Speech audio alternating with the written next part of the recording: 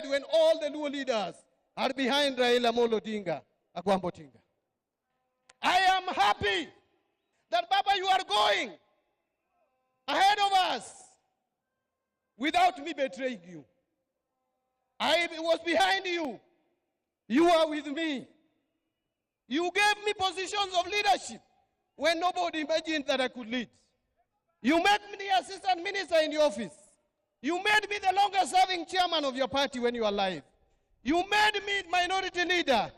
You made me Minister of Finance, the first Luo to be a Minister for Finance in the Republic of Kenya.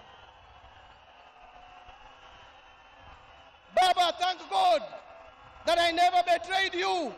Even when you gave me the sad news that I was not going to be the governor for Homa Bay County, I still stood behind you because I know why you made that decision.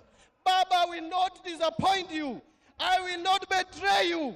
The only place where we disagreed and you allowed it is that you are supporting Arsenal and I'm supporting Manchester United.